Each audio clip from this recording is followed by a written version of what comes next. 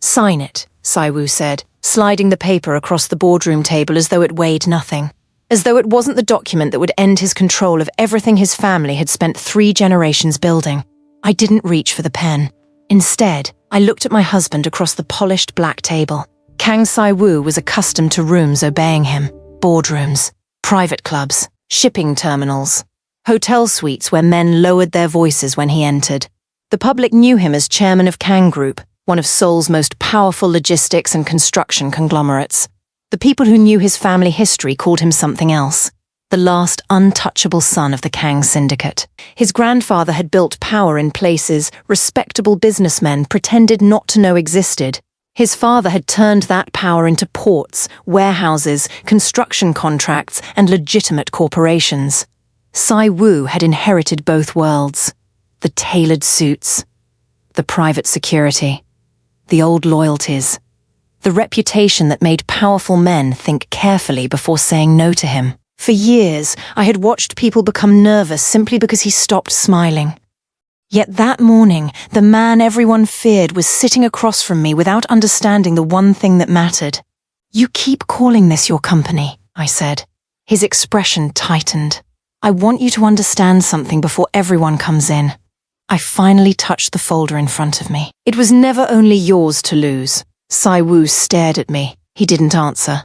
Behind the glass doors, assistants were already moving through the corridor. Board members were arriving. Lawyers were opening briefcases. His security chief stood 20 feet away with 2 men who had followed Saiwoo for more than a decade. And somewhere downstairs, Chairman Baek Junho was arriving under the mistaken belief that he was about to help my husband save his empire. Saiwoo still believed he controlled the room. He didn't know that 31% of Kang Group belonged directly to me. He didn't know another 20% of voting rights had already been committed to me through signed proxy agreements. He definitely didn't know his own mother intended to add the Kang family's 10% voting block to mine the moment the meeting opened. 61%. Enough to turn the most powerful Korean mafia boss in the room into a man waiting for other people to decide whether he still had a chair. He didn't know any of that yet. In approximately 4 minutes, he would. And I sat very still with my hands folded on the table, wearing the same composure I had spent 3 years perfecting for exactly this kind of morning. 3 years before that meeting, I didn't know it either. Not really. I only knew I had forgiven Kang Saiwoo once, and that the second time a woman forgives a man like him without changing anything, she isn't forgiving him anymore. She's teaching him there will never be a consequence. Before I tell you how I got from that first betrayal to that boardroom, answer one question for me. If you had already given someone the kind of forgiveness that costs you a piece of yourself, and they came back asking you to survive the same betrayal again, would you stay? Comment yes or no. And if you want to see exactly how quiet a woman can be while she takes back everything people thought she would never dare touch, subscribe now. Because quiet is not the same as weak. It never was. My name is Ivy Calloway. I met Kang Saiwoo 11 years earlier at an infrastructure conference in Singapore. I was 26, running logistics analysis for a shipping consortium out of Houston. Saiwoo was 31 and already the youngest Kang heir to command a division of his family empire. People noticed him before he entered conversations. Part of that was money. Part was appearance. The rest was reputation. The Kang family's legitimate holdings were enormous. But everyone in Asian shipping circles also knew the stories whispered around them. Old dockside alliances, private loyalties, men who had remained beside the family long after there was supposedly nothing left to protect them from. Saiwoo never discussed that world with me. He never had to. Power has a posture. I recognized his immediately. He carried himself like a man who had inherited more than a corporation. He had inherited the expectation of obedience. I wasn't impressed by that. I had grown up watching my father, a dock worker in Galveston, get talked over by men who had inherited exactly nothing except confidence. I knew the difference between authority and theatre. Saiwoo, unfortunately for me, turned out to have substance too. He listened when I spoke about tonnage projections like I was the only interesting person in Singapore. He challenged 2 of my assumptions without dismissing me. Then he came back the following morning with numbers proving he had spent half the night testing my model. He asked me to dinner twice before he asked me anything personal. And when he finally did ask something bigger, it wasn't whether I would date him. It was whether I would consult for Kang Group's Gulf Coast expansion. I liked that. I liked a man who let the business come first and allowed me to decide, on my own schedule, whether I wanted anything more. Eventually, I did. 2 years later, I moved to Seoul. A year after that, we married in a garden behind the Kang family estate. There were fewer than 60 guests. Half were executives. The other half were men and women whose names rarely appeared in newspapers despite their influence. Sai-woo stood beneath white flowers in a black suit and looked at me as though nothing in either of his worlds mattered more than whether I walked the final few feet toward him. I carried my grandmother Pearl's fountain pen tucked inside my bouquet. She had given it to me before she died. A woman should always carry something into a marriage that belongs only to her, she used to say. At the time, I thought she meant memories. Years later, I understood she had meant something much larger. I remember the second year of our marriage more clearly than almost any other. It was the year Sai-woo taught himself to make my grandmother's gumbo from a recipe I had scribbled onto a napkin at 2 in the morning after crying on the phone with my mother because I missed Galveston. He burned the roux twice. The third time, he refused to let me help. This man who could silence an entire executive committee with one look stood in our kitchen wearing a $5,000 suit jacket with the sleeves rolled up, swearing under his breath in Korean and English because flour and oil refused to respect him. His security chief waited outside the kitchen because Sai-woo had dismissed everyone else from the house. He said if the gumbo was terrible, only the two of us were allowed to know. When he finally got it right, he served it on our good plates as though he were presenting dinner to a head of state. I laughed so hard I cried. He sat across from me looking ridiculously proud of himself. And I remember thinking, with the kind of certainty you only get to feel once or twice in a lifetime, that I had found a man who would keep choosing me even when choosing me cost him something. I held on to that memory for years after everything else began falling apart. I still don't regret having it. For the first 5 years, I believed we had built something rare. Sai-woo was never gentle with the outside world. I had seen him dismantle an executive's career in 3 sentences. I had watched older men wait outside his office because he had deliberately made them wait. When disagreements emerged between Kang Group and people from his family's older world, Sai-woo never explained how he settled them. He would make one call. By morning, everyone suddenly wanted peace. But at home, he was different. Never loud with me, never physically threatening, never careless. He knew exactly how much intimidation followed his name and seemed determined never to bring it across our front door. Fierce toward everyone else, restrained toward me. For a long time, I convinced myself that difference meant I was safe from the worst parts of him. Then, in the 5th year of our marriage, I found out about Yeji. There is no elegant way to tell that story. It was ordinary. And ugly. A hotel charge on a corporate account that didn't correspond with any trip on his calendar. A perfume that wasn't mine on the inside of a jacket he claimed he hadn't worn in months. A message notification that vanished before I could read it, but not before I saw her name. Yeji Han. When I confronted him, Sai-woo didn't insult my intelligence by pretending I was wrong. I will give him that much. He sat across from me at our kitchen table, the same table where I had once spread shipping manifests across the surface and taught him how to read Gulf Coast port data and told me the truth in a voice that had become very small. 8 months. It had lasted 8 months. He said it had ended 2 weeks before I found the receipt. He did not ask me to believe it meant nothing. He did not claim he had been drunk. He did not blame his work. He told me he had stopped it himself because eventually he had looked at what he was doing and realized he was becoming a man he despised. Then Kang Sai-woo did something very few people outside our marriage would ever believe. He cried. Not dramatically. Not beautifully. He sat at our kitchen table with both hands covering his face and cried like a man who suddenly understood that the one person whose respect he needed could walk away. I stayed. I want to be honest about that. People who have never occupied that chair often imagine betrayal gives you instant clarity. Maybe sometimes it does. It didn't for me. I loved him. I remembered the burned roux. The Singapore conference. The way he had once flown 14 hours because my father was hospitalized and never told me he had cancelled negotiations worth hundreds of millions to do it. I remembered 5 years of marriage in addition to 8 months of betrayal. And after 3 hours at that kitchen table, I decided I would forgive him. Not forget. Forgive. There is a difference. Sai-woo agreed to counseling. He gave me access to schedules I had never asked to see. He changed assistants. He cancelled memberships. He even stepped away from several relationships connected to his family's old organization because I told him I did not want our marriage constantly surrounded by people whose loyalty depended on never questioning him. For the first year after Yeji, he did everything a man asking for a second chance should do. That is what made what happened later hurt more, because he knew exactly what forgiveness had cost me. And 3 years later, he used that forgiveness as proof that I should doubt myself instead of him. But I made one change the night he confessed about Yeji. I made it quietly. 6 weeks before I discovered the affair, Madam Kang had approached me about Kang Group's restructuring. The company was consolidating several privately held subsidiaries under Kang Group Holdings. As Sai-woo's wife, I was being offered what his mother called a family allocation. 2%. Class B. Non-voting. Symbolic. A pretty gesture for annual reports about family continuity. Madam Kang expected me to smile and sign. Instead, I told her my advisors would review everything first. Her expression had been unforgettable. My advisors? She repeated. Yes.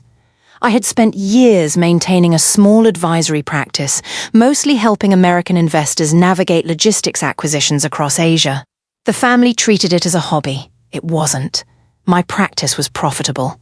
More importantly, it was mine. And the sharpest advisor I had was Desmond Cole, my closest friend from business school and the managing partner of a private investment fund specializing in neglected family company holdings. Desmond reviewed the paperwork. Then he called me.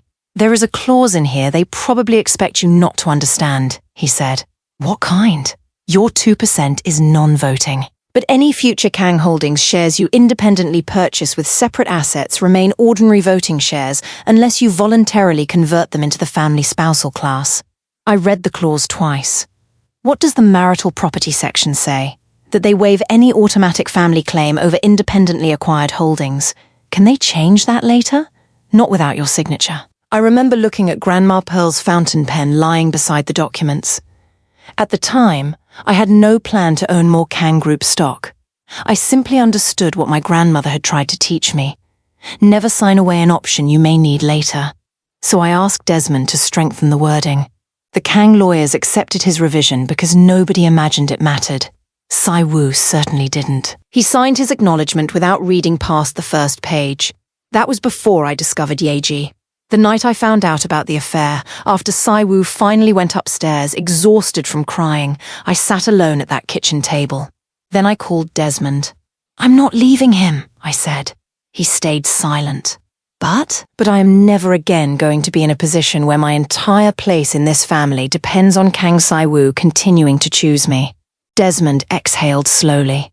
What do you want? I looked around the kitchen, at the house.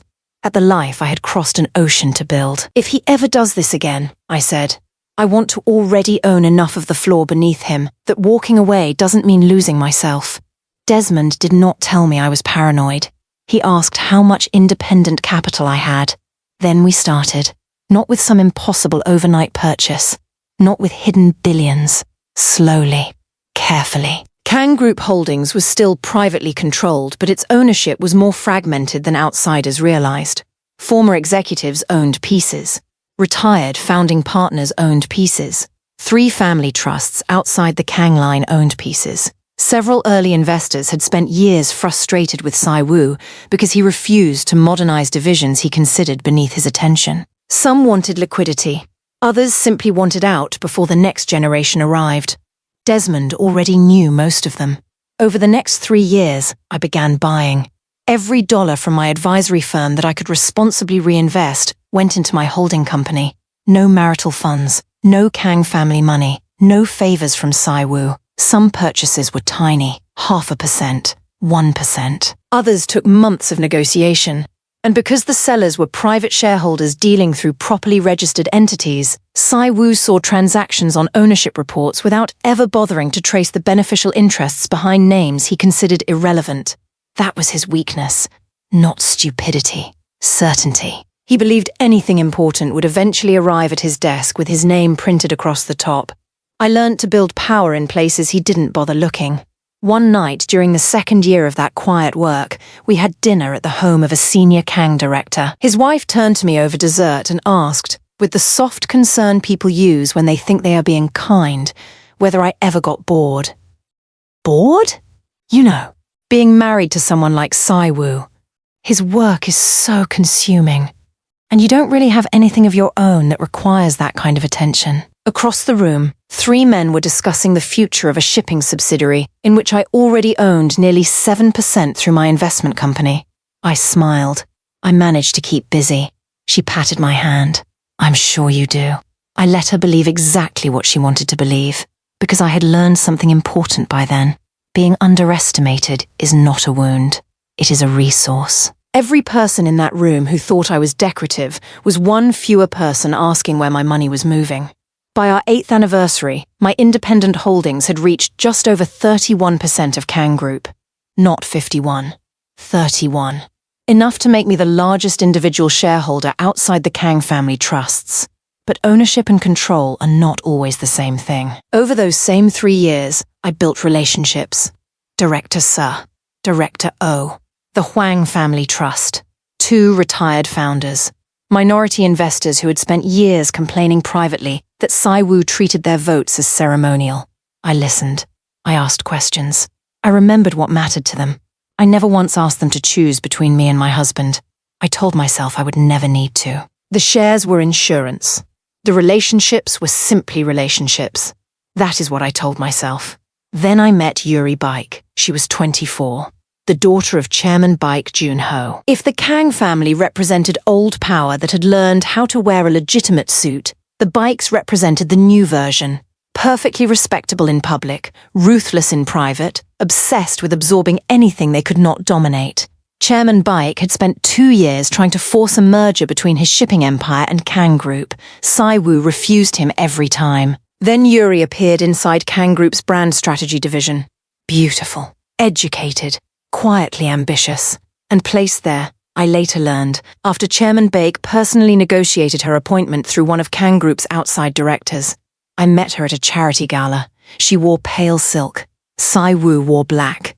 I saw her look at my husband from across the ballroom, and something inside my chest went still. Not jealousy. Recognition. She looked at him exactly the way I had looked at him 11 years earlier in Singapore. Then Saiwoo laughed at something she said. An open, unguarded laugh. I hadn't heard that laugh directed at me in longer than I wanted to admit. Madame Kang sat beside me. She followed my eyes. Then she lifted her champagne glass and said nothing. That silence told me she had noticed too. I smiled at the woman sitting across from us and asked about her son's university. No one watching would have guessed anything had changed. For the next 4 months, I watched. There was one morning I remember especially clearly. I came downstairs early and found Saiwoo already on the phone in our kitchen. His voice was low, not the voice he used with executives. Softer. When he saw me, he ended the call so quickly the phone almost slipped from his hand. Problem? I asked. Busan supplier. I poured coffee. At 6:15 in the morning? It's complicated. I nodded. Then he did something that still bothers me more than the lie itself. He walked behind me, kissed my temple and said, Ivy, after everything we survived, I hope we're not going to start questioning each other over every phone call. After everything we survived. He used the language of my forgiveness against me. I turned slowly. I didn't accuse you of anything. I know. He smiled. But it was the polished smile he gave people during negotiations. I just don't want us going backward. I looked into his face. 3 years earlier, I had learned exactly what Kang Saiwoo looked like when he told an uncomfortable truth. This wasn't it. So I said nothing. Not yet. A woman who moves on half a suspicion gives everyone else time to call her irrational. A woman who moves on certainty changes the conversation. I watched. Business dinners Yuri suddenly needed to attend, trips requiring brand continuity. A private elevator caught on a security log at an hour. No brand strategist needed to be inside headquarters. A restaurant reservation, Saiwoo said, involved 4 executives. There were only 2 people photographed leaving. And through all of it, he behaved as though our first betrayal had somehow made him safer. As though because I had forgiven him once, my forgiveness had become part of the furniture. Something that would simply be there whenever he needed it. I did not confront him. Instead, I called Desmond. Finished the shareholder map. He knew what I meant. 2 weeks later, I had the proof. A hotel folio. Same pattern. Different woman. This time, Saiwoo hadn't even been careful enough to keep it away from the corporate account system. That same afternoon, Desmond called. There's movement. How much? 3 blocks. Total, just under 6%. 2 owners are ready to sell. 1 wants a premium. If we take all 3, you cross 30%. I looked through my office window toward the Han River. What does that make me? The largest individual voting shareholder. And the proxies? Not yet. Get me meetings. There was silence. Then Desmond said, Ivy, once you start asking for voting commitments, this stops being insurance. I know. It becomes a plan. I closed my eyes. I know. I moved that week. 3 days after the final transfer cleared, I gave Saiwoo one last opportunity to tell me himself. We stood in the same kitchen where he had confessed to Yeji. The same kitchen where he once burned Rue because I missed home. You've been quiet lately, I said. He looked up from his phone. Have I? Is there something you want to tell me about Yuri? His face changed. Not panic. That would have hurt less. It smoothed itself into the controlled expression I had watched him use on rivals for years. For the first time in our marriage, Kang Saiwoo negotiated with me. I don't know what you mean. Then I'll be specific. I put my coffee down. Are you sleeping with Yuri, Baek? His jaw tightened. No. I already knew the answer. But hearing the lie still hurt. She's valuable to the brand division, he continued. Her father has relationships we need. I've been trying to prevent a conflict with Baek without giving him the merger. That wasn't my question. I answered your question. No, you lied to it. His eyes hardened. Then he crossed a line he had never crossed before. Ivy, I think what happened with Yeji damaged your ability to trust me more than either of us realized. For a moment, I said nothing. He continued. We spent 3 years rebuilding this marriage. You told me you forgave me. At some point, forgiveness has to mean you stop putting me on trial. There it was, the betrayal beneath the betrayal. He was not simply cheating again. He was asking me to use the wound from his first affair as evidence that my instincts about his second affair could not be trusted. I looked at the man I had loved for 11 years, my husband for 8, and something inside me quietly closed. You're right, I said. He blinked. I am. Yes. I picked up my coffee. I'm done putting you on trial. Relief appeared on his face. He thought he had won. He didn't understand that I had just reached a verdict. 2 weeks later, Madame Kang celebrated her 70th birthday. 80 guests filled a private ballroom overlooking Seoul. Executives, politicians, old family associates, men from Saiwoo's other world who had known his father. Chairman Baek arrived with Yuri. I noticed immediately that he looked unusually satisfied. I understood why during the toast. Yuri stood. She placed one hand against her stomach. Then she smiled. I know this may surprise some people, she said, but Saiwoo and I are expecting a child. Silence. Not ordinary silence. The kind of silence that takes over a room when 80 people understand simultaneously that they have just become witnesses. Madame Kang's champagne glass stopped halfway to her mouth. Chairman Baek remained perfectly still. He did not look shocked. He looked pleased. That was the moment I understood Yuri's pregnancy was not merely an affair scandal to him. It was leverage. A child tying the Baek family to the Kang heir could succeed where 2 years of failed merger negotiations had not. And Saiwoo? My husband looked furious, not at himself, not even at Yuri, at the fact that she had announced it before he could control the story. That told me almost everything I needed to know. Everyone turned toward me. Some expected tears, some expected a confrontation. Others were probably hoping for one. I stood, smoothed the front of my dress. Then I looked directly at Yuri. Congratulations, I said. I hope you and the baby are healthy. Her smile flickered. Then I turned to Madame Kang. Thank you for dinner. Happy birthday. Ivy Saiwoo was already moving. I picked up my bag, and I walked out. Not because I wasn't hurt, Because I refused to let 80 people turn my hurt into entertainment. Saiwoo caught me in the underground garage. Ivy. I kept walking. Ivy. He reached my side and caught my arm lightly. I stopped. Let go. His hand disappeared immediately. Please, let me explain. You had 4 months to explain. It isn't what you had 2 weeks since I asked you directly. Ivy. You looked into my face and told me that the damage from your first affair was making me paranoid. His mouth closed. That, I said, was the part you don't get to explain away. I was going to tell you. When? He looked away. After you decided whether her pregnancy could help you negotiate with her father? His eyes snapped back to mine. That was enough. I almost laughed. Chairman Baek thinks this baby gives him leverage over Kang Group. This has nothing to do with the company. Everything in your family eventually becomes about the company. Ivy, listen to me. No. The word came out quietly. But Kang Saiwoo was used to people stopping when he spoke. He was not used to being stopped. You go back upstairs, I said. You figure out how you're going to explain this to your mother. Then you figure out how you're going to explain to Chairman Baek that the woman you thought you could quietly push aside is about to become the reason neither of you controls this company. For 1 second, he simply stared. Then he laughed. Short. Disbelieving. You have 2%. Do I? Everyone knows what you own. That sentence is going to embarrass you later. His expression changed. I stepped toward my car. Ivy. I turned. He had stopped laughing. What did you do? I looked at him for a long moment. Then I smiled. Nothing you ever considered important enough to notice. I got into the car. Yuri stood near the opposite entrance waiting for a driver. Our eyes met. I expected to feel triumph. Instead, I felt tired. She was 24. I had been 26 once. Confident. Certain I understood powerful men better than other women did.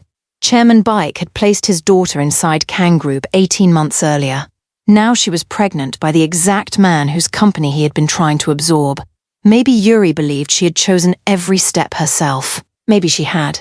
But looking at Chairman Baek's satisfied face upstairs had convinced me that at least one person had been planning further ahead than she realized.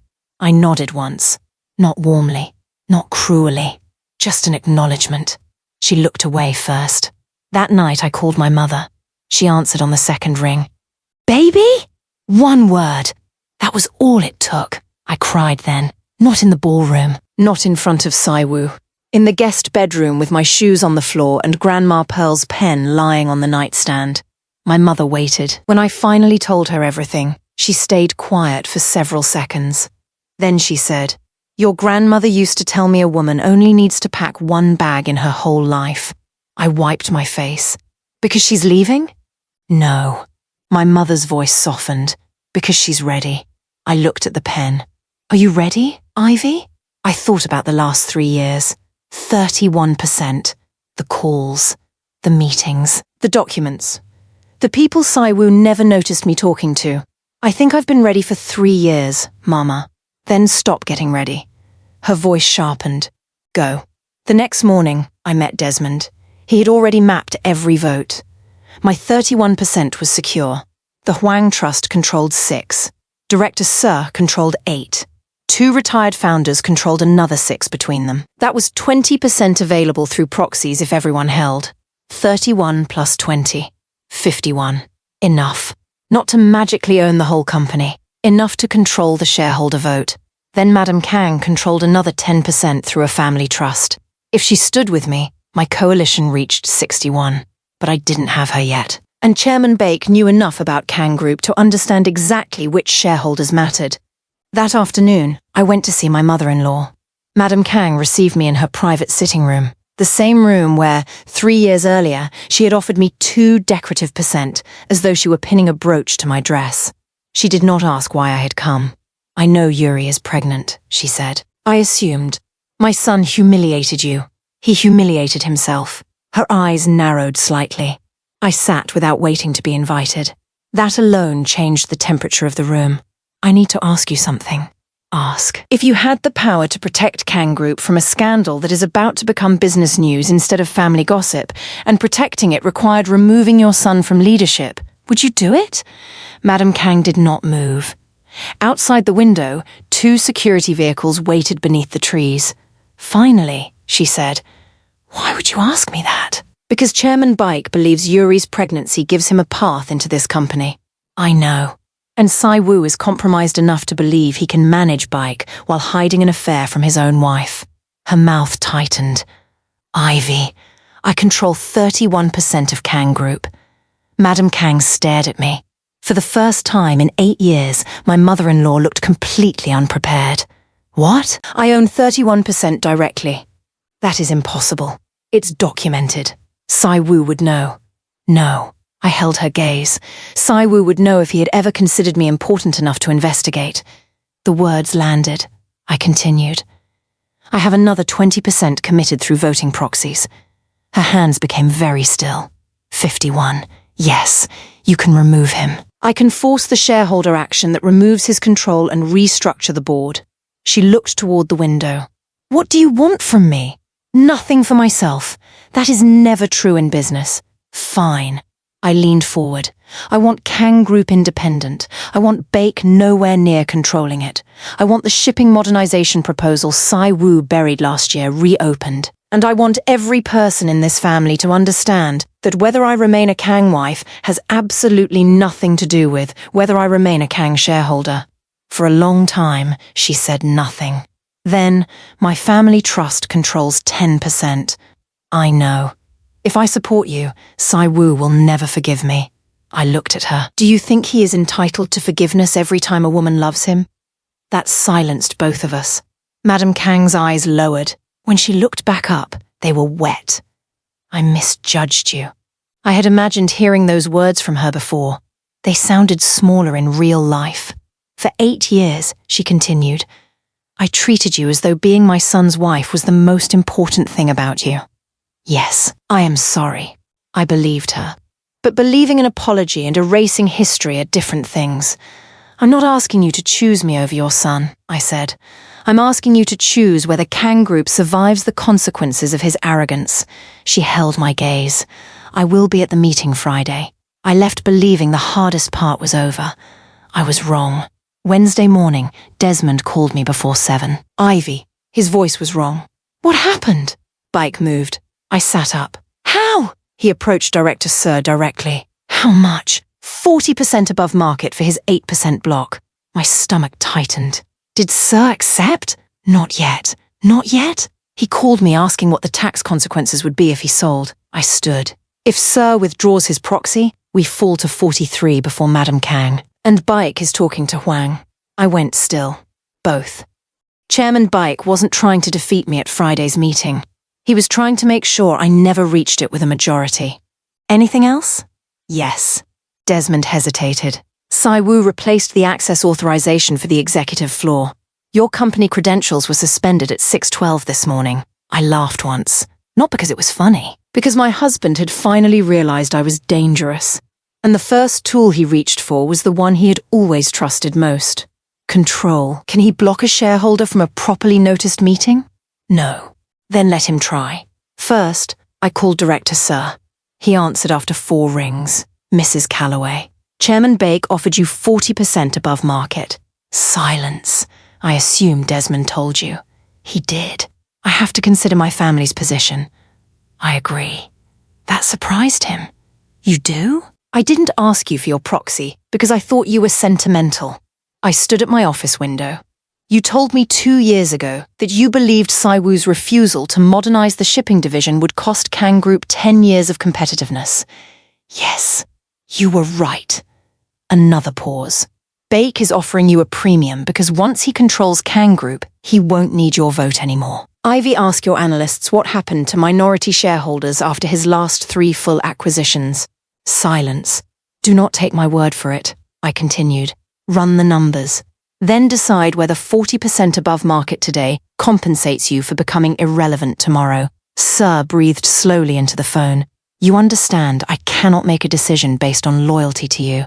"Good. Loyalty is what got this company into trouble." That earned the smallest laugh. Then he became serious again. "What about the modernization plan?" "Already drafted." "You have it?" "For 8 months.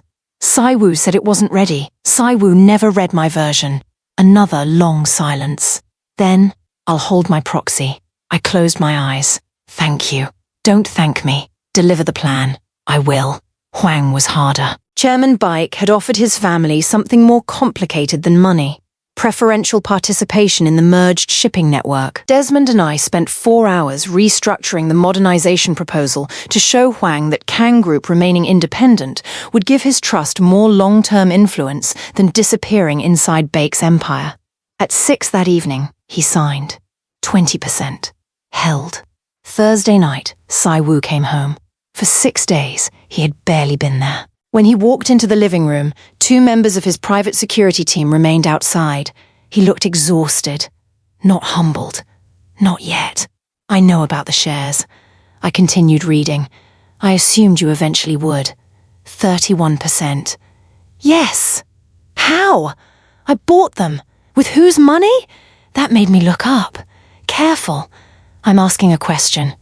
No, you're hoping for an answer that lets your lawyers claim what I built belongs to you. His face hardened. I would never take what belongs to you. I almost smiled. You slept with another woman after asking me to rebuild a marriage you already damaged once. Apparently, your definition of what belongs to me is flexible. He flinched. Good. Not because I wanted to hurt him. Because for 3 years, I had carried all the hurt. He could carry 1 sentence. Baek told me you're trying to remove me. Baek talks too much. He says you're using the pregnancy to launch a hostile takeover. This is my husband's company. I already owned nearly 1/3 of it before Yuri announced anything. You were preparing to take me down. I was preparing not to disappear if you betrayed me again. His voice rose. So you never actually forgave me? No, I stood. I forgave you completely. Then why buy the shares? Because forgiveness is emotional. Dependence is financial. I was willing to give you back my trust. I stepped closer. I was never going to give you back my vulnerability. He looked at me as though I had spoken a language he had never heard. What do you want, Ivy? The truth would have been nice. I'm asking now. So am I. I held his eyes. Did you know Yuri was going to announce the pregnancy at your mother's birthday? No. Did you know she was pregnant? Yes. How long? 3 weeks. And you said nothing. I was trying to decide what to do. With me? With everything. Meaning Chairman Baek. His silence answered. I shook my head. You really thought you could negotiate your mistress's pregnancy into a business arrangement before telling your wife. It wasn't like that. It was exactly like that. Ivy, Baek was threatening to make everything public unless I reopened the merger. I stared. There it was, the missing piece. Yuri told her father? I don't know. But he knew. Yes. And you still didn't tell me. I was trying to protect the company. No. My voice remained quiet. You were trying to protect your authority. He looked away. For the first time, he had nothing. Then he said, call off Friday. No, I can deal with Baek. You had 2 years. Ivy. No. The word landed harder this time. His eyes moved toward the hallway where his security men waited beyond the doors. For a second, the old Sai-Wu returned. The man everyone else feared. If you walk into that meeting tomorrow, he said, there will be no way back from what happens. I looked at him.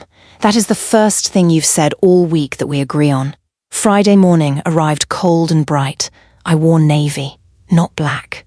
Black would have looked like mourning. I wasn't going to a funeral. I pulled my hair back, put Grandma Pearl's fountain pen inside my jacket pocket, and drove to Kang headquarters. Desmond met me outside. You ready? No. He smiled slightly. Good answer. We walked through the lobby together. Employees looked up. News about Yuri's pregnancy had started leaking online overnight. Not the full story. Enough. Then we reached executive security. The scanner rejected my card. A red light flashed. The security manager looked uncomfortable. Mrs. Kang. Calloway. He blinked. My apologies, Mrs. Calloway. Your executive access has been suspended. By whom? He clearly did not want to answer. Desmond did it for him. Chairman Kang. I nodded. Of course. The elevator behind security opened. Sai-Wu's security chief stepped out. Han Min-jae had served the Kang family for 19 years. He was one of the few men I had ever seen enter Sai-Wu's office without knocking.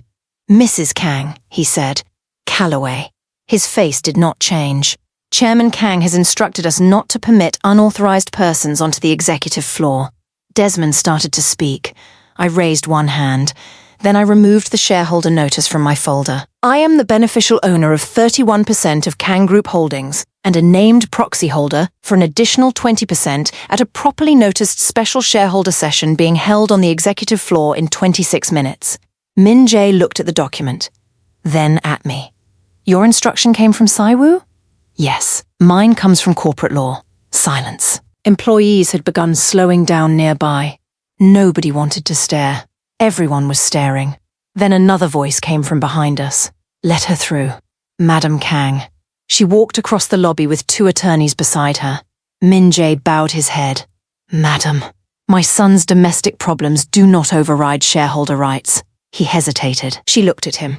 The same security chief who had faced down men twice his size during decades beside the Kang family stepped aside without another word. The gate opened. I walked through. For the first time, the machinery of Saiwoo's power moved for me instead of against me.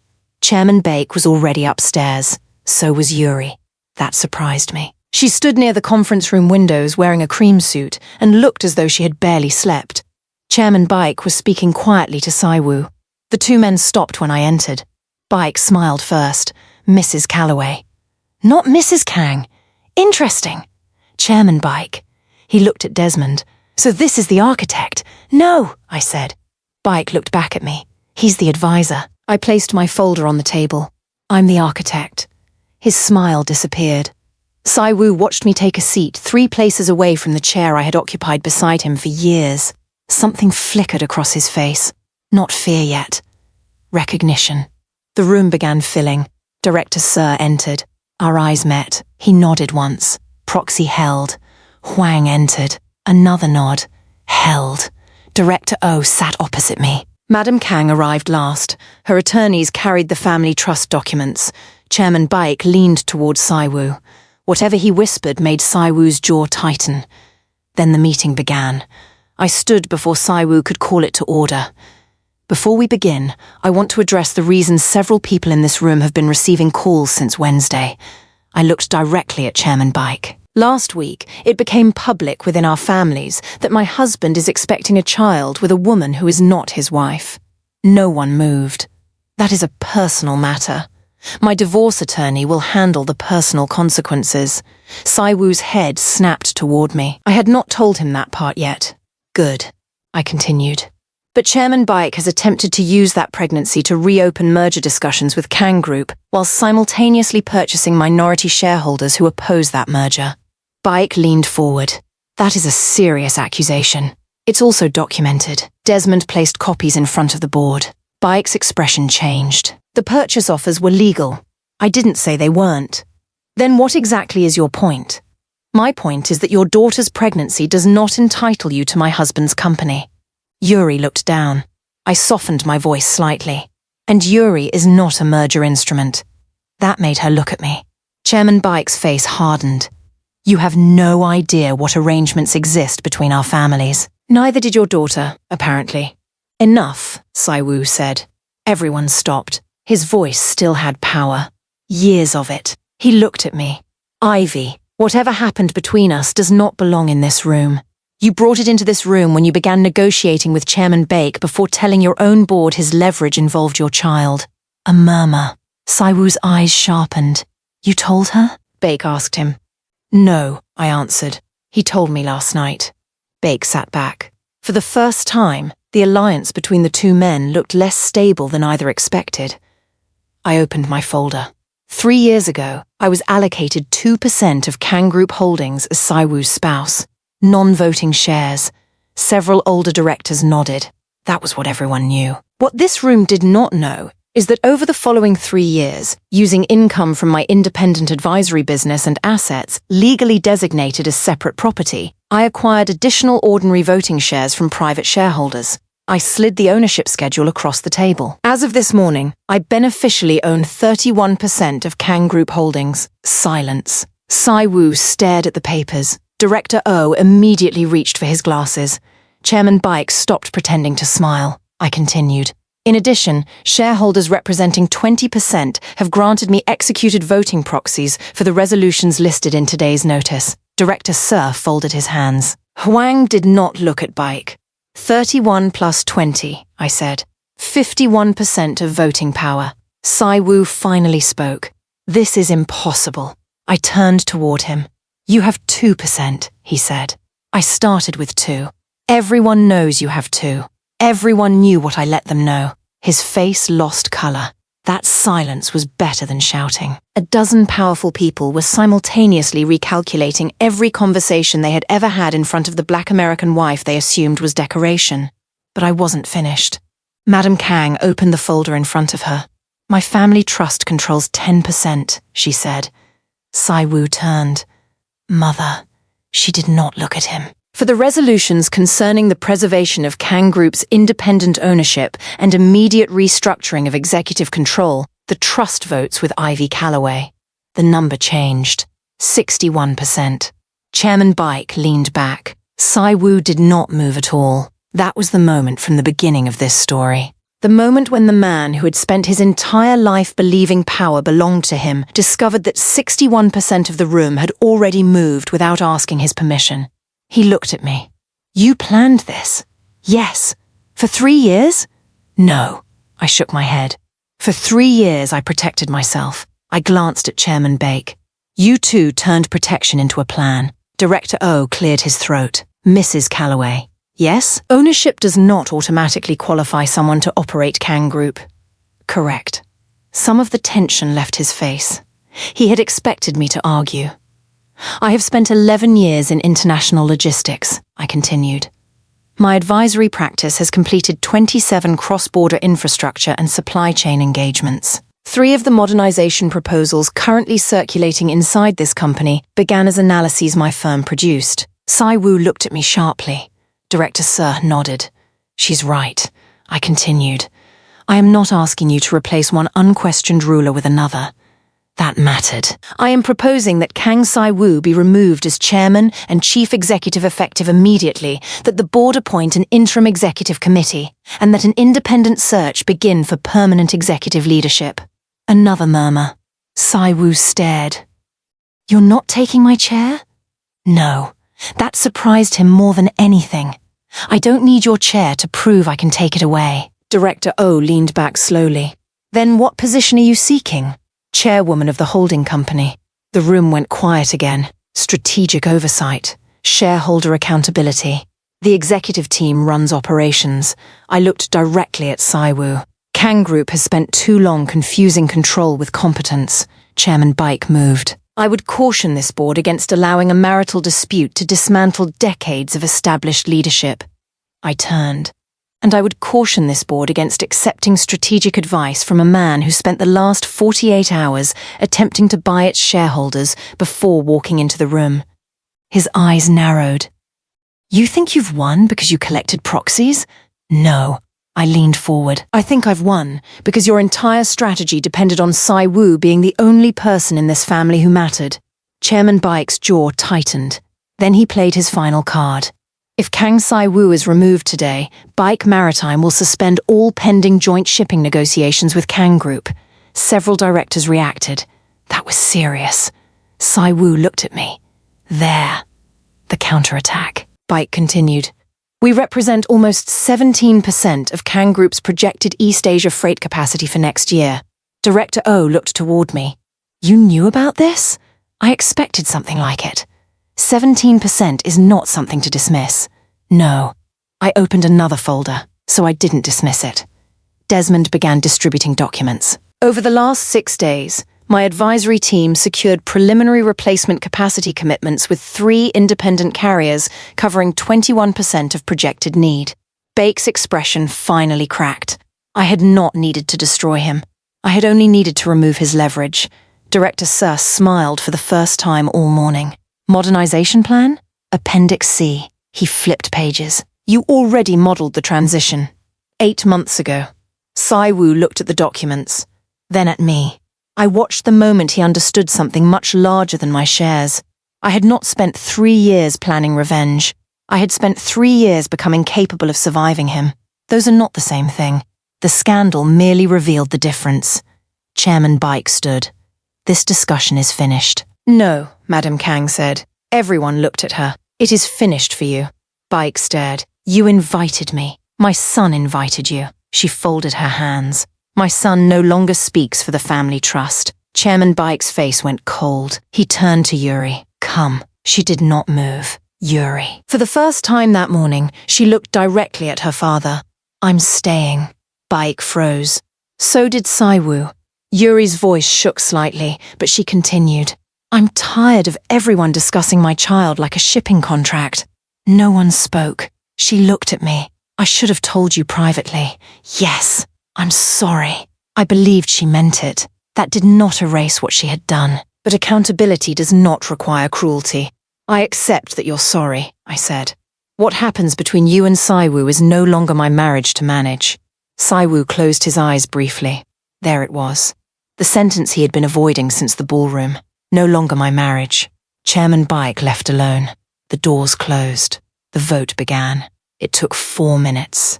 It felt longer. Resolution 1. Kang Saiwoo removed as chairman. Passed.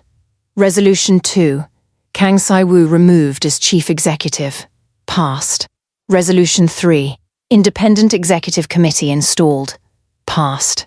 Resolution 4. Ivy Calloway appointed chairwoman of Kang Group Holdings. Passed. 61%. When it was finished, nobody celebrated. I didn't want celebration. A marriage had ended. A family had been humiliated. A company had just changed leadership. Some victories should feel heavy. Saiwoo remained seated at the head of the table. Technically, it was no longer his chair. He looked at me like he was seeing me for the first time. Not his wife. Not the American woman at a Singapore conference. Not the person who once sat quietly beside him while other people discussed business. Me. The room emptied. Madam Kang paused beside her son. He didn't look at her. She almost touched his shoulder. Then she thought better of it and left. Desmond gathered paperwork near the door. Yuri had already gone. Finally, only Saiwoo and I remained. Why didn't you tell me? His voice was quiet. I looked at him. Tell you what? Any of it? The shares? The business? He gestured helplessly around the room. This? Who you were becoming? I almost laughed. Saiwoo! I didn't become this! He looked at me. You just never needed to notice. He lowered his eyes. 3 years. Yes! You sat beside me for 3 years knowing you owned 31% of my company. Our company. His jaw tightened. Then he stopped. Because even now, after everything, he had almost said it again. Mine. Why? I thought about that kitchen. Yeji. The night he cried. The second chance I meant when I gave it. I forgave you. I know. No, I don't think you do. I sat opposite him. When I forgave you the first time, I did not keep 1 foot outside the marriage. I stayed. I went to counseling. I rebuilt intimacy. I stopped checking your phone. I chose to trust you again. He looked down. The shares were not revenge. Then what were they? A promise to myself. His eyes lifted. That if you ever made me choose between my dignity and this marriage again, I would not have to be afraid of what walking away would cost. His face tightened. I never wanted you afraid of me. You didn't have to want it. I spoke gently now. That is what power does when only one person has it. For a long moment, neither of us spoke. Then he asked, Is there any version of this where you don't leave? There it was. Not the chairman. Not the Mafia heir. Not the feared Kang son. My husband. For 8 years. The man who burned Rue. The man who crossed an ocean when my father was sick. The man who betrayed me once, begged for forgiveness, earned some of my trust back, and then betrayed me again after learning exactly how much surviving the first time had cost. I reached into my jacket. Grandma Pearl's pen. Saiwoo looked at it. He remembered. You carried that when we got married. Yes, I remember. So do I. My throat tightened. I allowed it. Strength does not mean pretending nothing hurts. I forgave you once, I said. I meant it when I did. His eyes reddened. I don't regret giving you that chance, Saiwoo. Those 3 years taught me something I might never have learned otherwise. What? that I can love someone and still prepare to survive losing them. He looked away. I'm sorry.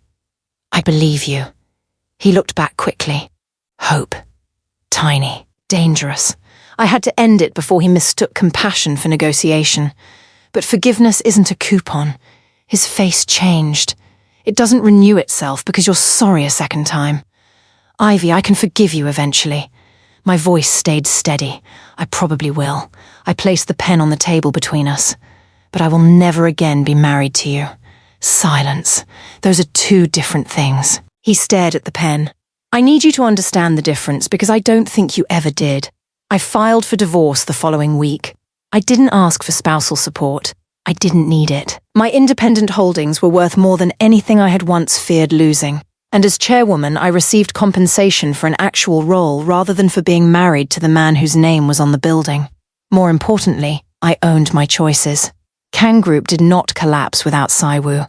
That shocked a surprising number of people. The interim committee accelerated the shipping modernization program. Director Sir became one of its loudest supporters. Within 4 months, several analysts who had predicted chaos were writing about the company's unusually disciplined transition.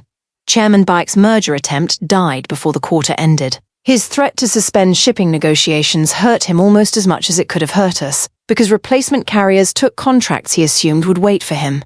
The business press spent 2 weeks examining why Yuri had been placed inside Kang Group shortly before her relationship with Saiwoo began. I never participated in that story. Yuri had enough people deciding what her life meant without me becoming another one. She moved to Busan before the baby was born. As far as I know, she keeps her life private now. Saiwoo provides for his child. He should. Yuri and I are not friends. We probably never will be. But I don't hate her. She was responsible for entering a relationship with a married man. Saiwoo was responsible for betraying the marriage he had already once asked me to save. Both things can be true. And Chairman Baek was responsible for looking at his own daughter's pregnancy and seeing a corporate opportunity.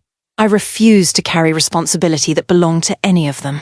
Madam Kang and I started having dinner once a month. The first dinner was awkward. The second was worse. By the fourth, we stopped pretending we were strangers who happened to control the same company.